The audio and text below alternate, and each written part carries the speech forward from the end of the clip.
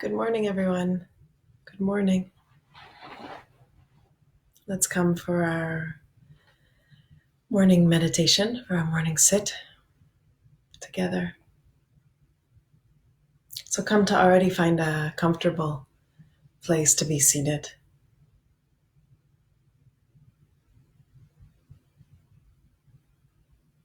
And this morning, I'm looking forward to sharing with you a couple beautiful offerings, quotes from Ramana Maharishi. I have mentioned a couple times previously the gift, I would say, in my own life of Bhagavan, of Ramana Maharishi, who in many ways I may call the root guru of the lineage from which this gift and blessing of self-inquiry has arisen. Ramana left his body in 1950, in fact, and so well before I came into form. And yet, about 15 years ago, a little less than 15 years ago, I came into contact with his greatness and his energy in the lap of South India in Tiruvannamalai and Arunachala, the great sacred mountain where he resided. And for many, many years, he was in his enlightened beingness, residing there in ashram and also in caves. And yesterday was actually what was called his Mahasamadhi, so the day that he left his body. And so for those of us who are devotees or feel a great reverence and honoring of his presence in our lives, yesterday was a very powerful and important day. So what's called Mahasamadhi, to take great samadhi, to take great liberation. It's believed and understood that that great liberated beings, enlightened ones, when they leave from the body, they leave from the body into a finality of samadhi. So a finality of liberation, of moksha, and really in many ways of being everywhere, of merging as one with Brahman, with pure consciousness. So yes, all gratitude to him and the message that he brought forth, not the message necessarily in his words because he was quite silent, but the message that was brought forth in his presence upon this planet. Just noticing that a couple of you are saying that you're not able to see entirely. Okay, I hope that helps.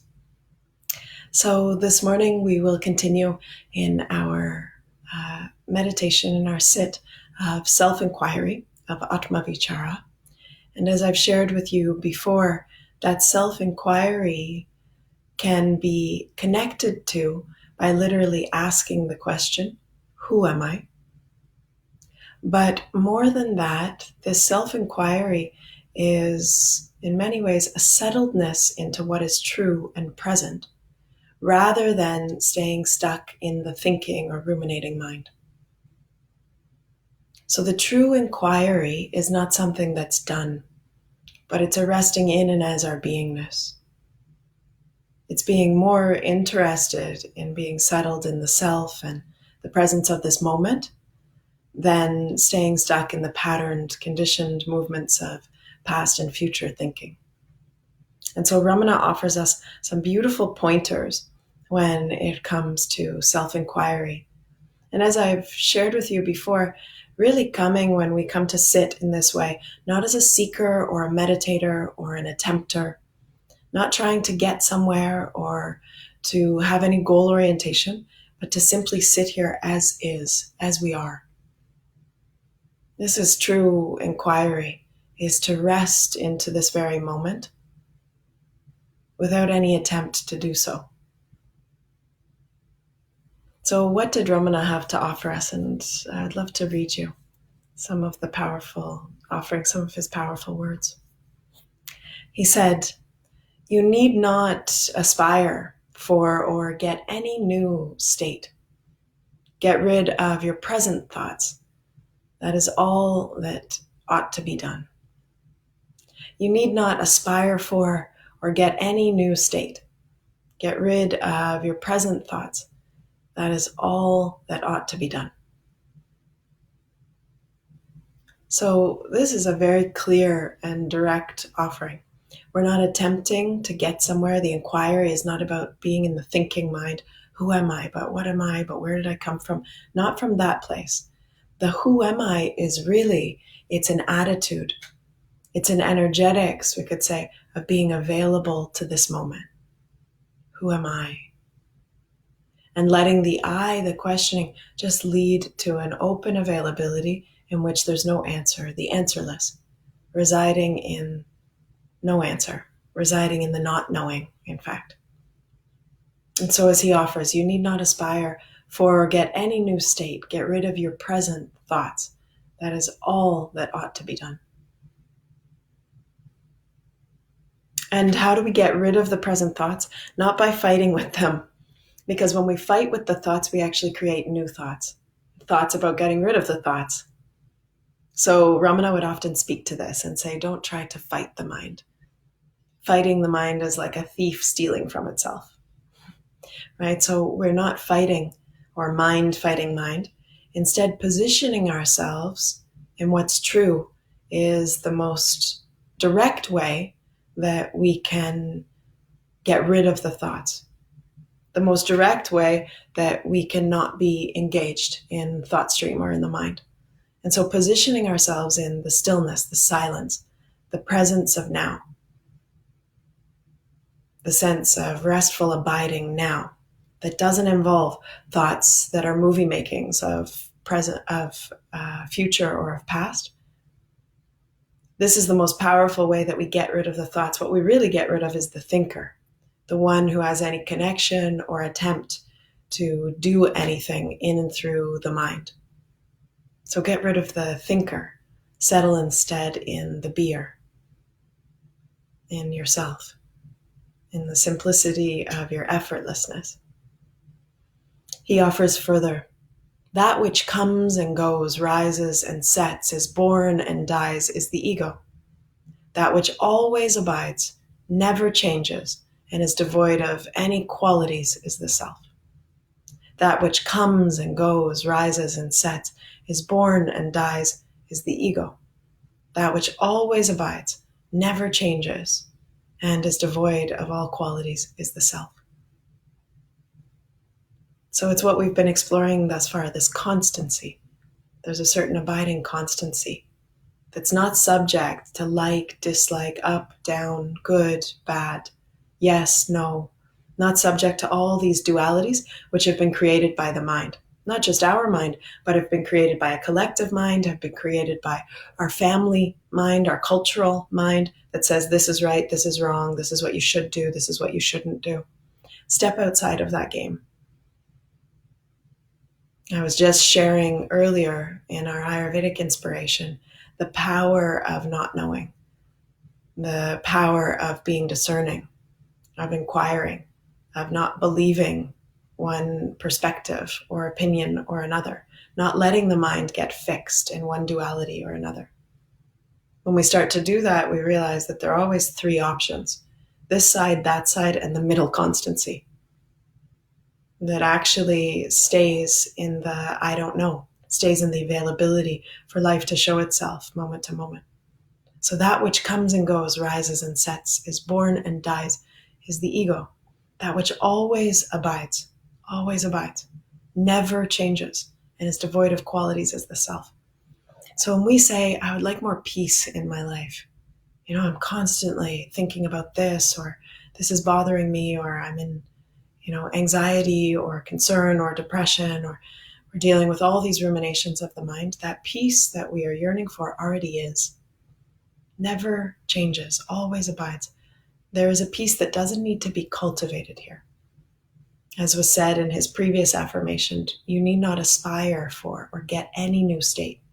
There's no new state that you have to create, and that should allow each one of us to take a deep breath into what already is. It's your very birthright, your very nature to be calm, peaceful, and all abiding, unchanged in your consistency, in your constancy. So let's allow our inquiry, let's allow the who am I to lead us to this place. Even if you use the questioning, at times, like you notice that the mind is thick and alive, you can use the question, say, who am I? Almost like a redirector to say, who am I? Which really means, what's here now? And then to return to that residing stillness, to return to that constancy, to that quiet abode that's known within each of us as our very essentiality.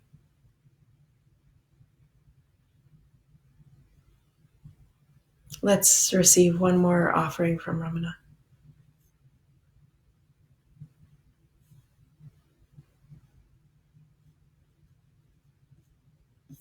He offers.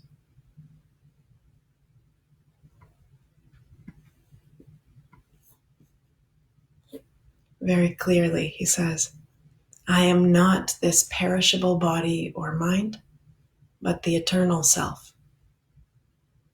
I am not this perishable body nor the mind, but the eternal self. So when we ask this question, who am I?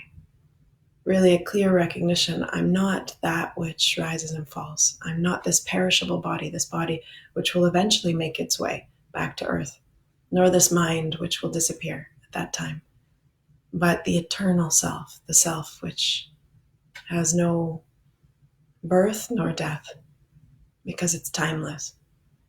So let's dip into this timelessness.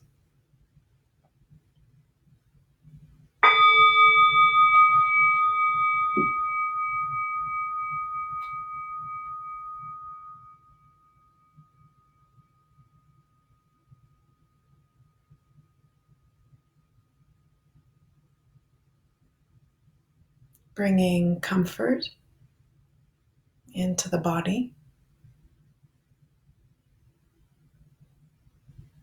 letting the eyes gently close,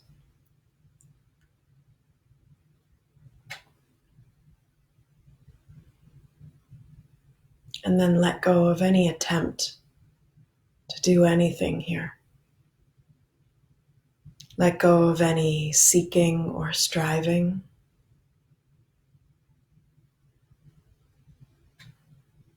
And instead, let there be a great seatedness in the truth of this moment.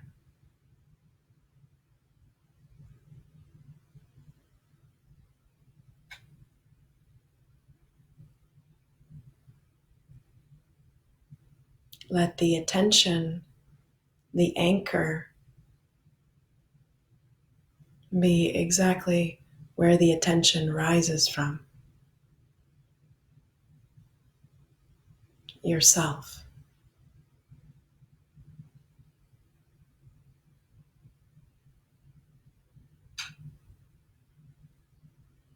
Stay as you are.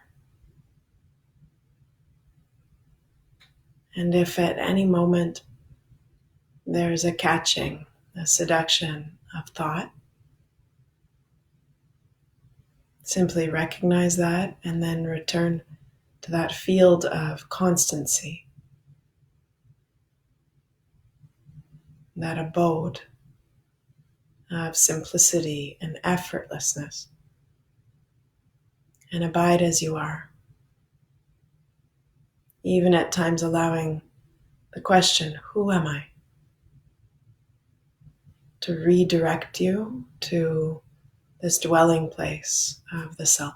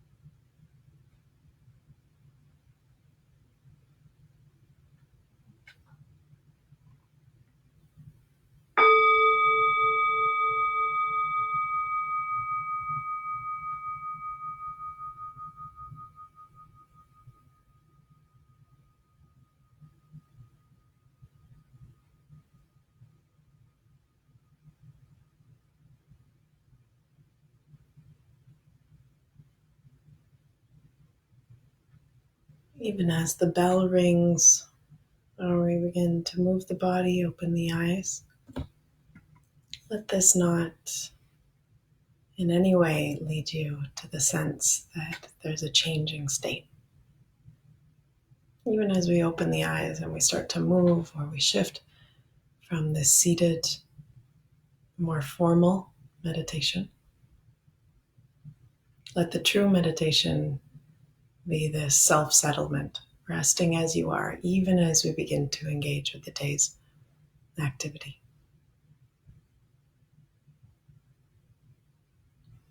We will meet again this evening for our sit at 8 p.m. Eastern Standard Time here.